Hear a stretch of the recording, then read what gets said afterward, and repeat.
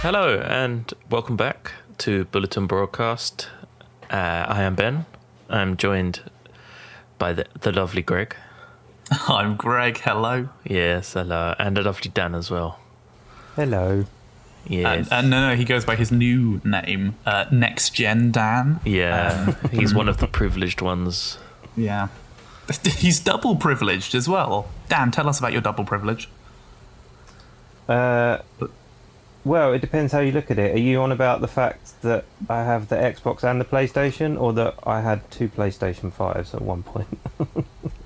I didn't even know the second one. Tell us about this. Where's the second one? Can I have that?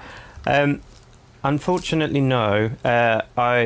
So basically, I wanted to make sure I got one, so I did lots of different pre-orders in different places, and I just decided to not cancel any of them. And then I sort of asked if anyone needed one, and a friend was like, "Yes, please, very much." So I gave one to him. Well, I like. Hang on a second, Ben. Did he ask you? Because he didn't ask me. Not, no. Well, okay. I asked the locals. Wow. Yeah, right, okay, so you tossed it out the window and said, have this, the locals. But you're an Xbox man anyway, so you are just being facetious.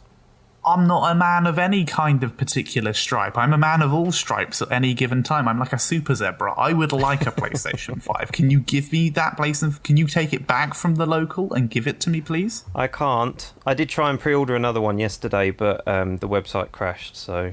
And it was literally just to be able to pass it on to somebody else, but alas, I was denied. Are you doing this for free? Are you a millionaire? No, I wish. People were giving me the money for them. Okay. And I'm not just like, hey Dan, can you do this for us? Yeah, I just have this image of like a Victorian setting, and Dan just opening the window and just launching PS5s out for the peasants. Just travelling over the town in a hot air balloon, throwing PS5s from it. Wow. Your little top hat. Okay, it was a good deed, and I felt better for it. I mean, less now, but I felt better for it before. No, you did make the wrong choice. Yeah, I mean, the thing is, like, scalpers are bastards. They are. That's what it comes down to. Pretty much. That was why I never went into it ever expecting to try and make any more money. It just was, I have these pre-orders, guys. Did anybody not manage to get one? And only one person actually was asked for it, but yeah, anyway. Now, you were the Robin Hood of this situation, Dan. We're not calling you a scalper. The scalpers are the Sheriff of Nottingham here. We need to raid them and take the PlayStations and the Xboxes and distribute them amongst the people. I mean, they are getting their comeuppance. Did you hear about the ones that had their Xboxes cancelled? No. What is that? Oh, like their orders? Yeah, so basically scalpers managed to get a hold of 1,000 Xbox Ones the day they came back into Xbox Series X, the day they came back into stock, and they used a bunch of bots to secure 1,000 of them, and then began bragging on Twitter and was like, "Oh, we have 1,000 of them." It was like some website you can pay to be a member, and they basically secure hard to find stuff and then sell it to you. It's like that sounds dodgy. Oh, it was like so dodgy. It's like almost like a crowd share bot site type thing, wasn't it? You pay like a subscription, and then you can the bots secure things for you. You put like how many you want or something. I didn't even know it existed until this story broke. Yeah, and then they were tweeting about it and bragging, and then somebody from the site who was like a member anonymously did an interview and mentioned that the website they used was Very, which is like a catalogue website here in the UK for anyone who doesn't know. And so Very cancelled every single Xbox that had been ordered via bot. So they can tell when they're ordered via bot? You can kind of tell because basically from what I gather, what will happen is a large number of orders will be placed through one IP address or like through one postal address. So they can kind of track it that way. I mean, they should have been tracking it that way all along. Yeah, I'm with Greg. view. My argument is, well, if they can tell, then they should cancel them anyway, and then these sort of sites won't have any kind of won't hold any weight. I mean, it just makes you laugh, really, because I remember, Dan, you had 2 pre-orders through a website called Shop2. Yeah. And they cancelled both of your pre-orders without telling you because they were coming to the same postal address. It was apparently against their policy to have 2 consoles come to the same address. Yeah, so let me tell you. So Shop 2 are... see, this is the point where if we were like mega big and millions of people listen to us, you'd have to bleep them out so they didn't come for me, but let them come for me. I've been an advocate of them for a very long time because their prices are very good and they quite often send pre-ordered games out like a day early, usually get them a day early in the post, which is always good. And I've never had a problem with them until this whole thing broke. And so what it was I was desperate for a PS5, obviously, so I ordered one and my housemate also ordered one. Tried to order one. Their website constantly kept crashing and just had a nightmare with it. And we didn't realise that we actually had 2 pre-ordered because the plan was to never get both of them. You know, I only wanted one at the time. And yeah, they cancelled the pre-orders and didn't actually didn't inform either of us that they'd cancelled them. And then when I actually contacted them and said, you know, what's happened, they were pretty awful. And I don't mean pretty awful as in not helpful, I mean like outright rude. It sounded like I was talking to like a 15-year-old keyboard warrior. Yeah, I remember getting a lot of messages from a very, very livid Dan, and I don't often see Dan that livid. I was out for blood. I was going to find them. Yeah, it was an interesting. Like, I've seen you annoyed before, and like, oh, that's kind of bollocks. But you was proper like, who the fuck are they thinking they fucking can do this to me? Like, well, it wasn't even that. It was like, who do they think they're talking to? Like the way that they were speaking was like I had done something wrong and they were going to slag me into the ground. That was literally how the conversation went. It was awful. But yeah, like you say, if they can kick off with me, who kind of didn't, you know, there was no malice. It wasn't like I was trying to scalp a load of PlayStations. How can these massive websites lose out on 1,000 and not realise it? Yeah, it's yeah. I mean, the thing is, even high street shops, like, I don't know if you guys saw, but CEX kind of came under fire. For anyone who doesn't know, I don't know if we have any international listeners. They are essentially like a second-hand shop, I guess. Basically, you sell your games, consoles, technology to them, and then they sell them on, much like Game and GameSpot do in the UK, but it's all they do. They don't really sell. Yeah, they're a used tech and game outlet. Yeah, fair to say. So they came under fire recently because, like, from their staff as well, staff and customers, because they were reselling PS5s for £815. Whoa. Which again, if you're international, is almost double the British retail. It's $450, I think. That's dodge. Yeah, so it's close to double price. I always thought of them as the good guys in a way. Like, I was always like, yeah, you're doing it cheaper for people. See, do you know what? You know, I can root for that. I don't mind CEX. It depends. They're hit and miss. I like them because if I want to buy something tech related, if I want to buy like a new lens for my camera or some shit, they offer a 24-month warranty as opposed to a 12-month, which for me always kind of justified the fact it was a little bit more expensive. But you can't justify that.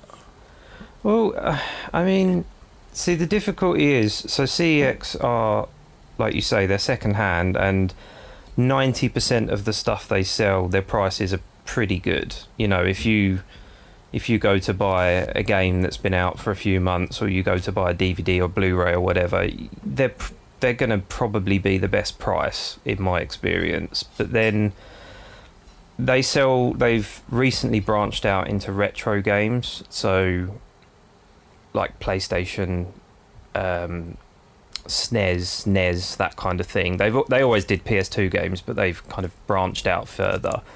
And the kind of argument there is, you know, some of the games they're selling for 60, 70, 80, 90 pounds, but that's what they're worth on the retro market. So I get that. I kind of get why they're charging above the odds, because you couldn't get it cheaper anywhere else if you tried. But then where do you draw the line when it comes to a PlayStation? You know, should you be able to sell something that recent for more than the retail price? Like, I don't think That's it, innit? It's like, where does, like, supply and demand is only a like viable argument for so long. And for certain things, I think there's a subjective sort of place where you gotta, us as consumers as well as them as, you know, sellers are like able to see where the lines are. And to me, it's quite clear that that's basically scalping behavior. I mean, it's not scalping in that it's not them buying it off of the actual online place. I assume taking it off of people who, you know, bought one and wanted to get rid of one immediately, apparently. But still, the markup is that's insane to me. The thing is, though, say the PlayStation 5 retails at $450. If they buy it brand new, boxed with everything else, they're probably only going to give that person $350 for it. So even if they were to go on and sell it for the retail price, they're still going to make £100 on it. It's not like, we've got to sell it for $800 because we've given this person, you know, retail price for it, because guarantee they won't. No, they won't.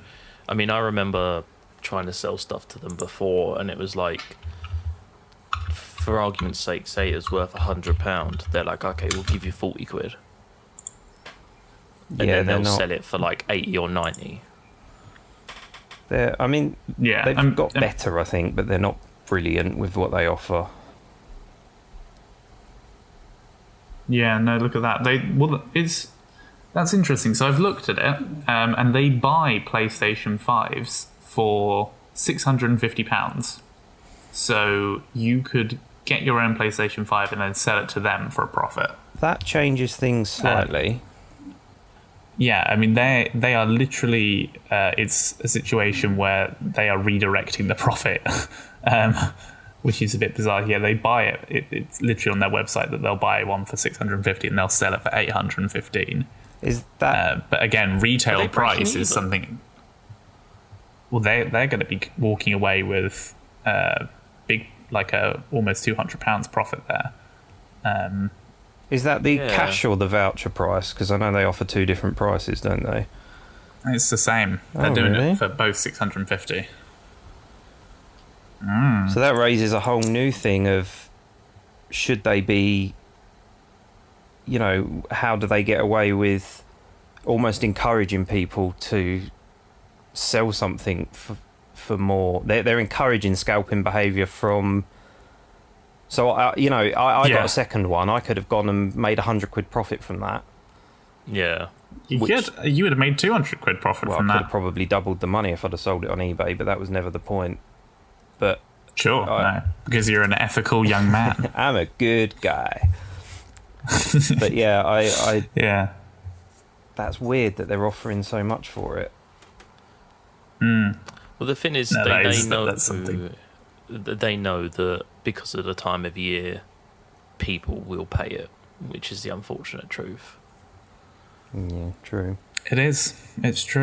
There was a story. People want that. There was a story about a woman who she bought a PS5 for her son for his birthday, and she had CCTV outside of her house, and it spotted the DPD driver grabbing the parcel out of the back of the van, seeing that it was from game, and then putting it in the front of his van and driving off with it.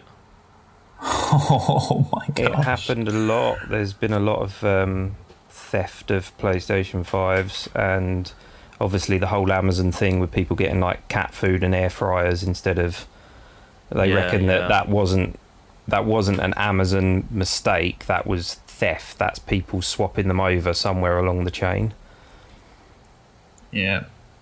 People on delivery salary being like, well, this is an extra 500 quid. Well, this is £1,000. This is an extra 650 if you go to CEX, you know.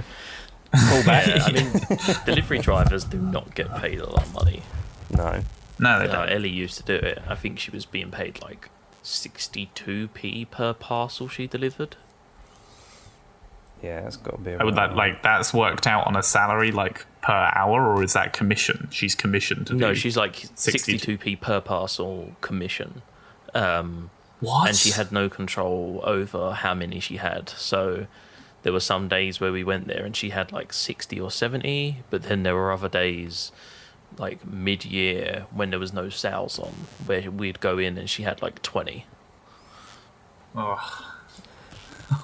Yeah, it's yeah, I mean, I'm not saying I ever advocate theft, but it's not like they make it difficult. When mine was delivered, the guy handed it over and he was like, "Oh, you managed to get a PS5," and I hadn't even looked at the box. I didn't realise what it was straight away. So it's not difficult to identify them, you know.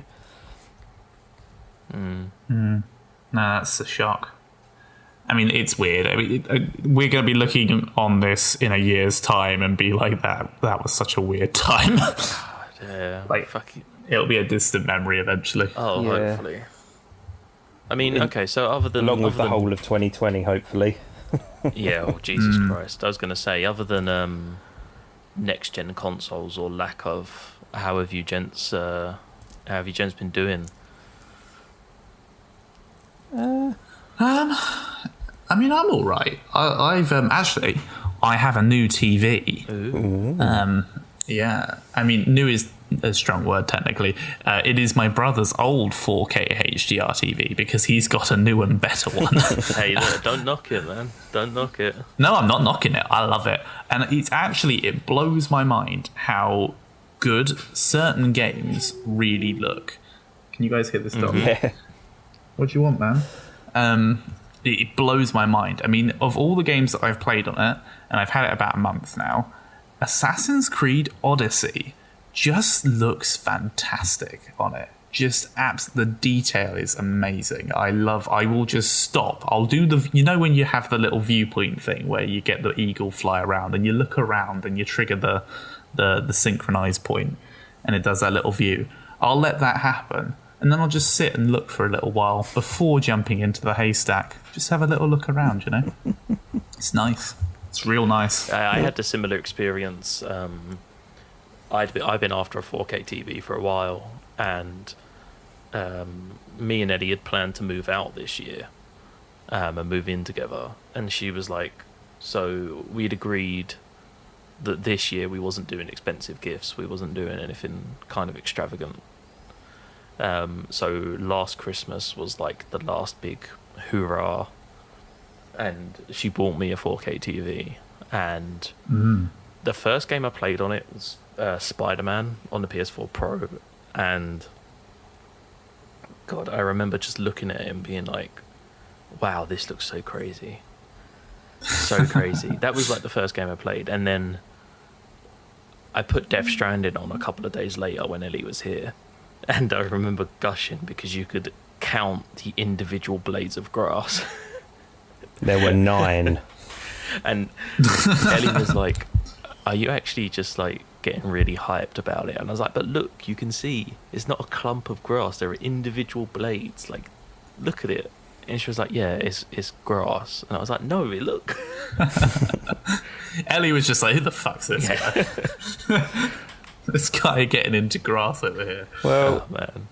I've had a 4K TV for a while, but I haven't had anything. Hey, fucking hell. Shut up, jerk!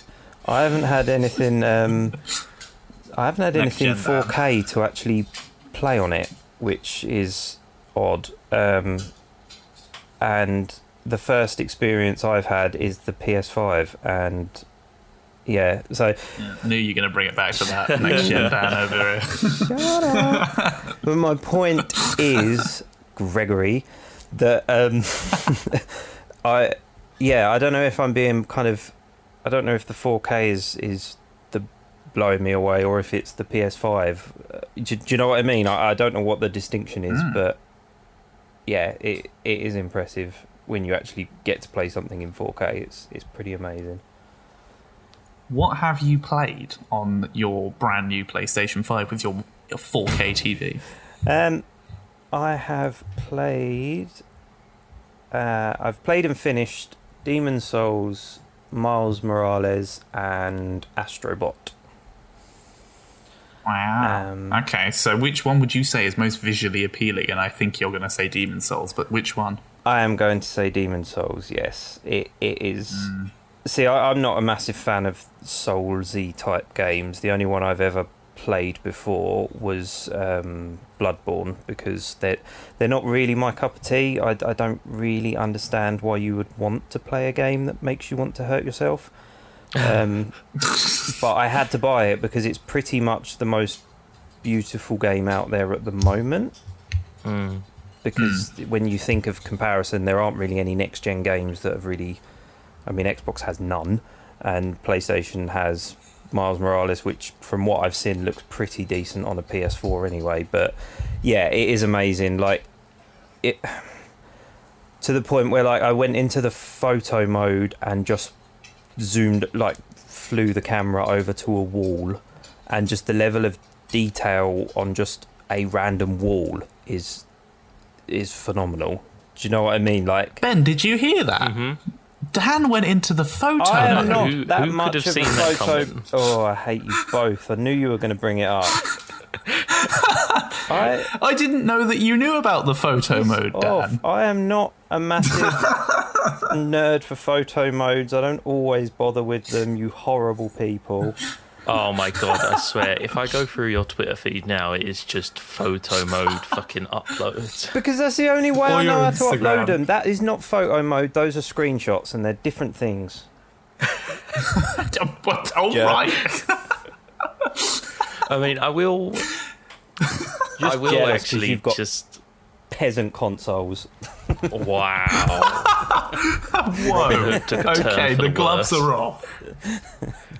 No, I kind of want to put a case in for Miles Morales. Like, from what I've seen, what that game offers is ridiculous. I know that Demon's Souls is very pretty to look at, but Miles Morales does a lot of stuff with the actual PS5 hardware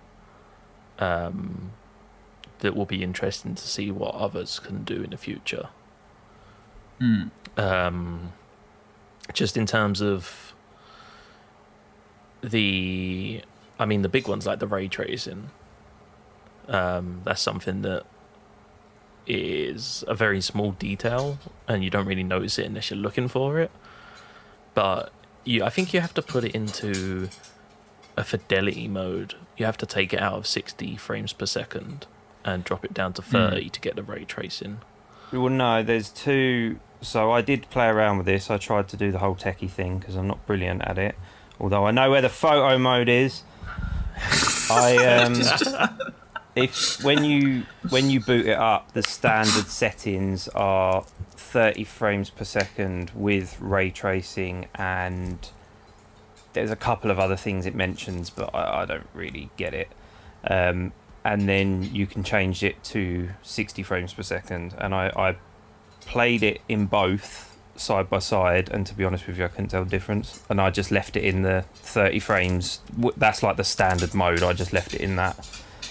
But I couldn't really tell when I had it in the 60 frames. It didn't look any smoother particularly to me, but I don't have, I don't really know what I'm looking for. Yeah, it's not to do with the smoothness. It's to do with I mean, ray tracing is just reflections basically. Yeah, no, I know that. But what I mean is it's frame not rate. Yeah, I mean it's not like it's smaller details. That's what it is. So you won't really notice it, but it'll be things like when I was watching some gameplay, there was like one of those, I think they're called like concave mirrors, the circle mirrors that people can use to check blind spots before they pull out in their car. Yeah. Oh, like the ones in the halls of mirrors. Yeah. With all the wibbly wobbly shapes. Yeah. So Spider-Man had walked past this concave mirror, and Spider-Man was reflected onto the mirror, and depending where you moved, changed the way the reflection looked and stuff. So I mean, in a game like that, it's not going to do anything. The big game that people are going to notice that kind of shit in is going to be Cyberpunk. Having like a neon city reflecting onto the pavement and stuff like that. That'll be when you see the difference. But yeah, Spider-Man, they are there, but it's hard to see. Well, like I say, I couldn't tell the difference between the two modes, but in the standard kind of mode with the ray tracing and everything, I was blown away with the. Again, it's like the photo mode. No, not the photo mode, jerk. Is that where you could tell the difference? I mean, which one would you say has the best photo mode of those three games? Shut up! I'm not going to dignify that with an answer. You vile man. So you're not going to do photo mode reviews because people are clamouring for that.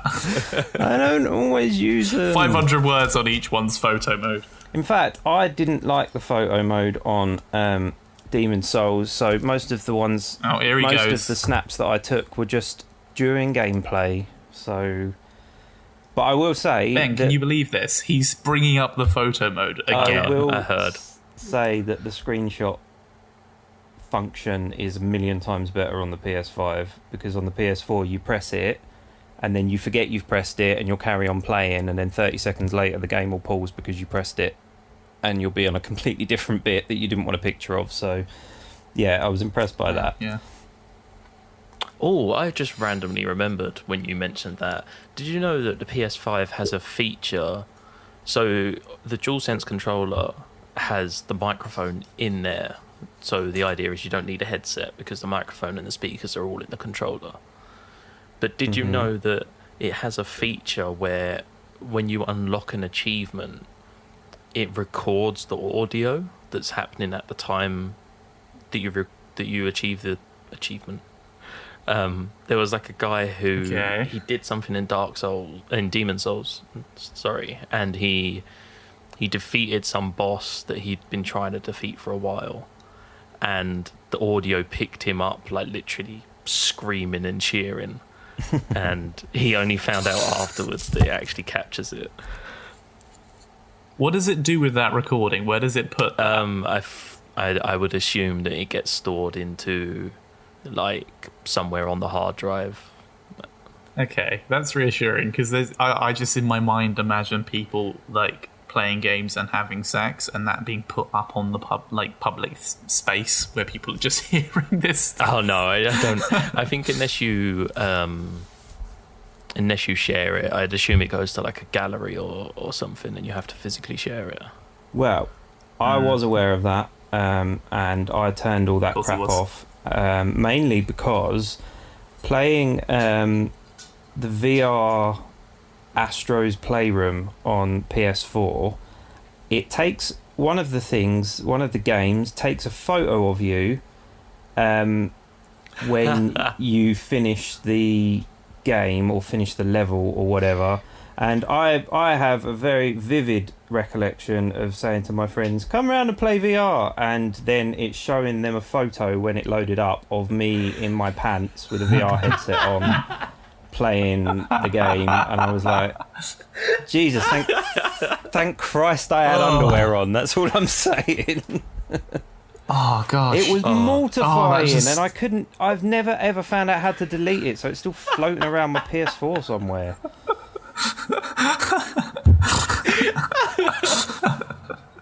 So yeah. Oh man. Yeah, that's brilliant.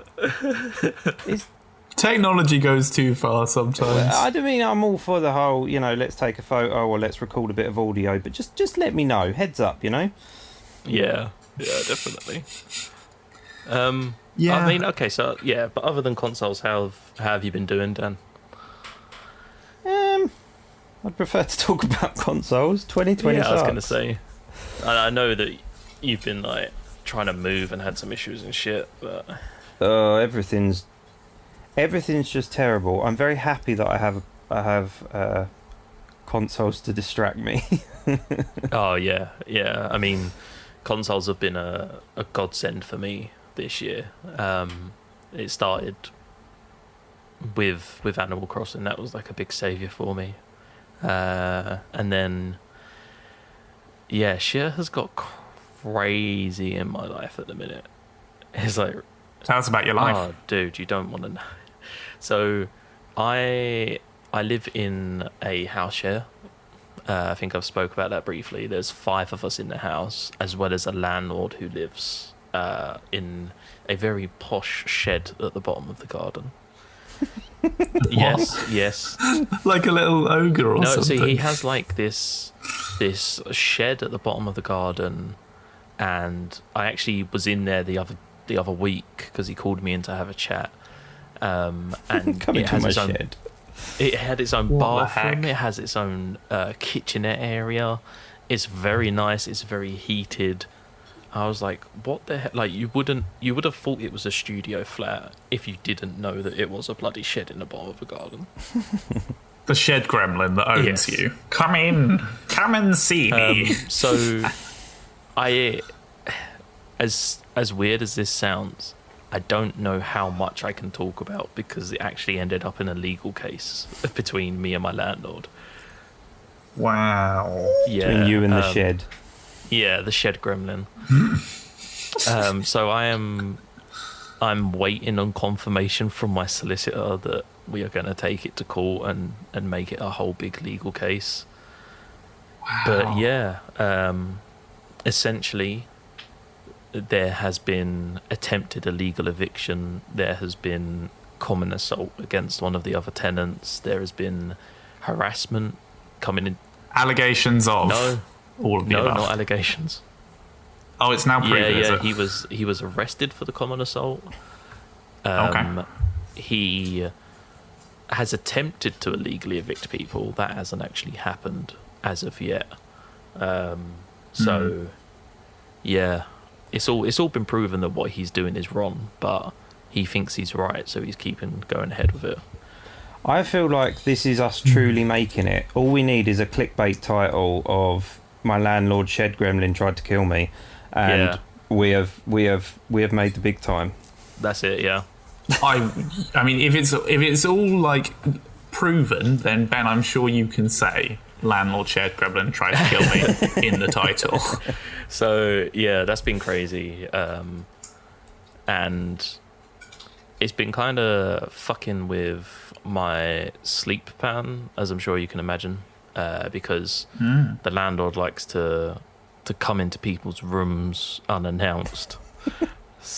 That's not okay. You're not allowed to do that. You need permission to enter the property. Yeah, so that's a whole big thing. What about that's such gremlin behaviour? Yeah, I know, right? Yeah, he also put glue in one of the tenants' locks. What?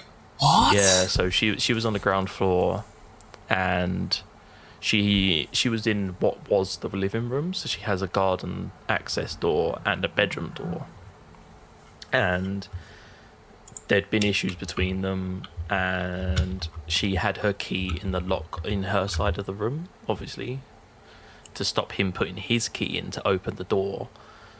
So he put super glue in the lock and super glued her key into the lock so that she couldn't get it out. Right. Well, now I'm just picturing your landlord as the goblin from, like, Noddy. Just, like, clambering around, putting glue in locks, and... Oh, Yeah. Wow. That's no fun, No, then. so my life is kind of strange right now. Everything's kind of up in the air. I have a bag at Ellie's just in case he changes my locks and I can't access my room, so I actually have a change of clothes and stuff. What the heck? Yeah, man. Oh my gosh, I'm sorry, No, Ben. I mean, like, shit happens, you know, it sucks, but all I can really do is kind of wait for the solicitors and stuff to do their thing, and we can sort it all out. So yeah, it's been shit because I wanted to get back into the website and I wanted to get back into the podcast and all of that kind of stuff, but I just haven't had the mental energy to do it, you know. The oomph. Sure, no, I get that. You get home from work and you're like, okay, right, I actually managed to get back into the bedroom that I am paying £600 a month rent for. And then you're like, I should probably write articles, and I just don't want to.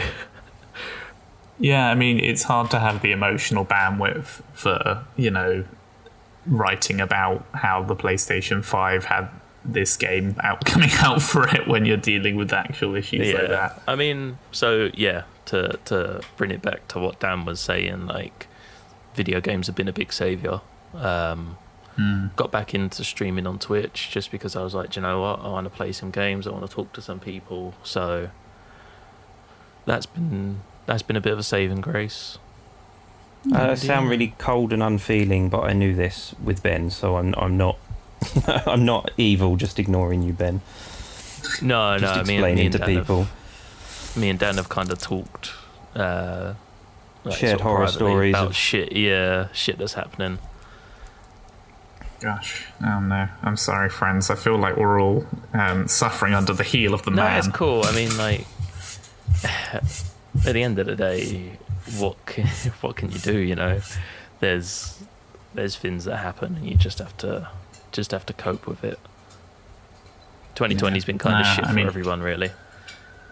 It has. Yeah. It's been a challenging year. I'm really looking forward to next year, where I'm told we have nothing but things to be optimistic about. Guys. Yeah, I mean, it's going to be great. I hate to burst your bubble, but they said that at the end of 2019. So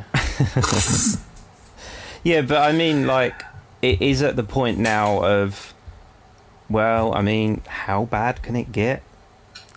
I mean, how can so anything be worse than what we're going through or have been through? you think the that, moment? and then some of the guys at work were talking about this whole vaccine situation here in the UK, and one of them genuinely said, I would rather die than have a vaccine for COVID. How come? I don't know. 'Cause he's a I don't jerk. know. And he Okay. was like, no, I don't want a vaccine. I refuse to have it. It's like, okay, fine. I mean, that's okay, cool. But the All right. thing is, from what I understand it, when with the masks, by not wearing a mask, you're not just, it's not yourself you're putting in danger, it's other people, because the whole point of wearing a mask is to stop you spreading it to everyone else. So when people say, I'm not going to wear a mask, they're being incredibly selfish because it's not about you, it's about other people. Whereas all these people that are saying, well, I'm not going to have a vaccine, basically it's them that aren't going to be protected. So if all of the rest of us have them, then Yeah, he says, that's what I would mean, rather like, die than have a COVID vaccine. Well, you might, Yeah, but sadly. we'll be fine. But So, yeah, I think part of it is that the idea is that when people have had the vaccine, then people won't spread it as well. So if people don't have the vaccine, then I think that they remain a possible spreader until everyone who would like a vaccine has had a vaccine, and so that is a problem. And it also probably creates problems logistically from the perspective of there's probably assumptions that the NHS makes about the number of people that actually want a vaccine per group. So that might cause some issues too. But at the end of the day, it's personal choice, and if you don't want a vaccine, you don't have to have a vaccine. But I think you should probably have a vaccine. Yeah. I mean, it's kind like we're getting to the light at the end of the tunnel. You know, that's how it feels. And so hopefully, I do like to think that 2021 is going to be different. Yeah, come on, guys. Let's optimism, positive thinking. Cool. Everything's going to be okay. Dan's got his new consoles. He's got his photo mode. You know, actually, out of curiosity on that, because we've spoke a lot about the PS5, because I know that PlayStation is kind of your go-to platform. But what about did you get a Series X or a Series S? I am asking that. I know you like physical content, so you got the Series X. I did get the Series X. Yes. It. To be honest, this is going to sound like a dig, but it isn't meant to be. But there's nothing to play on it, so I can't really tell you. I mean, it loads slightly quicker. I don't. Did you do that thing where you blow the vape into the bottom and it comes out the top?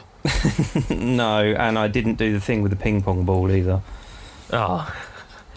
Apparently, those are both hoaxes. The vape one isn't a hoax because they were saying, "Oh my god, look at how much smoke's coming out of it," but they were blowing vape smoke into the bottom. And Xbox actually put a thing out saying, "Please don't do that." Yeah.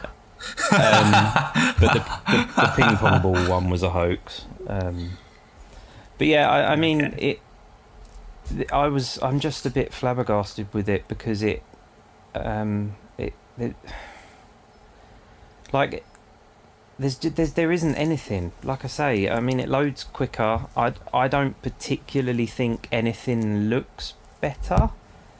Well, that was kind of the big controversy, wasn't it? Because everyone was like, "Oh, well, the Xbox Series X has more teraflops than the PS5," but then tests by like Digital Foundry and stuff have found that the PS5 is actually outperforming the Xbox. Who is that voice? Who are Only you being? in some situations. It's like a situational thing. Like the PS5 might be slightly better at rendering a certain type of graphic, whereas the Xbox Series X might be better in terms of horsepower, like loading lots of stuff or whatever. It's like both consoles. They're basically comparable, but there are things that each is slightly better at, is my understanding. Yeah. It's still going to be the same that in 6 months to a year, when lots of games come out on both of them, you're pretty much not going to be able to tell the difference. No, I think so. I mean, it's weird though. I mean, I'm glad that Halo Infinite's been delayed so that they can do whatever needs doing to it, and they can do it with good time so people aren't crunched. That's nice. But I'm surprised that they didn't have at least 2 big games that they were going to come out kicking with, just in case one of them had to do something like this. I mean, PlayStation's got Miles Morales, and they've got Demon's Souls, and they've got Astro Boy, all of which Dan has played because he's next gen Dan. But like, I mean, the Xbox, they only had Halo Infinite. Completely blows my mind. That seems like a really weird choice because now there's just no push or enthusiasm for the console in its first impression. I mean, I guess they're playing the long game because they've got so many studios that they've just rolled into Microsoft, and they know that they've got Bethesda, they've got Obsidian, they've got a lot of big hitters that are also, I'm sure, important and don't make Fallout and Elder Scrolls games. They know that they can play a long game here because they know that people are going to play their stuff on either the PC version of the Xbox Store, which I'm quite into, by the way, or get an actual Xbox. Yeah. Dan, have you done the thing where you can emulate the PS2 and the GameCube and stuff? No, I haven't done anything like that on it. I'm with Greg. Like, so I was talking to someone else about this, where I was saying that with the Xbox, it didn't even feel like a launch. It just feels like a minor upgrade. Do you know what I mean? Like with the PlayStation, I was and this isn't just me. This is general consensus to people that I've spoken to. But it was a big excitement. Oh my god, I can't wait! I can't wait to play this game tomorrow. I can't wait to play this game when it comes, like, you know, when it's all released. And everyone was really excited for it because you actually got to boot it up and play some new stuff. And the Xbox just didn't have that. Like, you know, if I can't imagine many kids have got them on the Christmas list because it is kind of a very expensive thing to buy that you can't actually do anything different on really at the moment. It just feels like a very strange launch for Xbox. Whereas with the PlayStation, so I mean, playing games in 4K, they look amazing.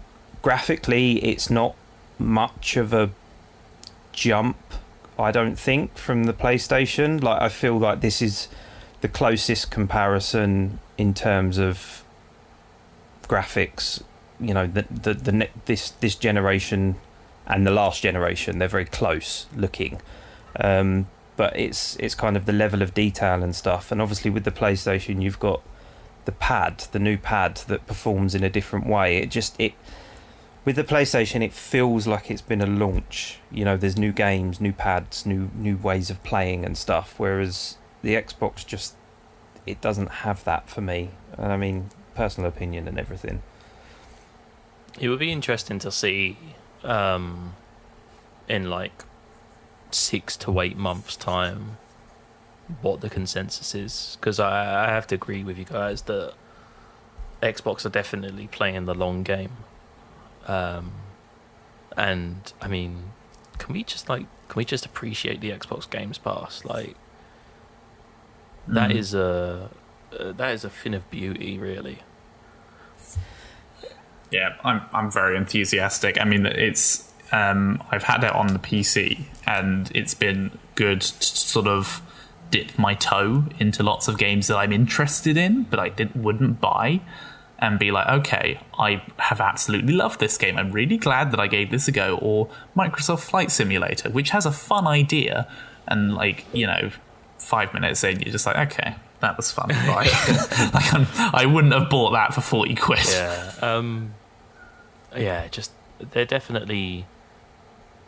It's hard because people don't want to see what games they're going to be able to play in 6 to 8 months' time. Mm-hmm. You know, they want to know if they're buying a console, like Dan was saying with the PS5, that they've got shit to play now. I think that everything's just going in a very. I think gaming's changing slightly, and everything's going in slightly different directions. So kind of. Nintendo's always marched to their own beat. You know, they don't care about keeping up with graphics or keeping up with performance. They kind of do their own thing. They bring their own kind of games out, and you know, people are happy with that. And I think PlayStation and Xbox are similarly going to go off in different directions. Kind of PlayStation is more pushing what it can do, and Xbox seems to be a lot more, let's get as many people playing what we've got as possible.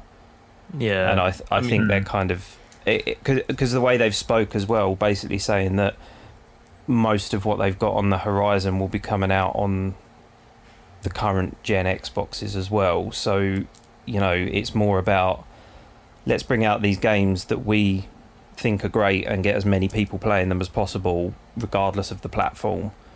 Whereas PlayStation are kind of in the same model that they've been in the PlayStation 1, 2, 3 and 4. That kind of, we do a thing, we make games, that's just what we do. Yeah, I mean, the only thing I can see is that they came out recently and basically expressed how big single player games have been on PlayStation, given you know, Horizon, God of War, and Spider-Man, and all of these other launches they've had.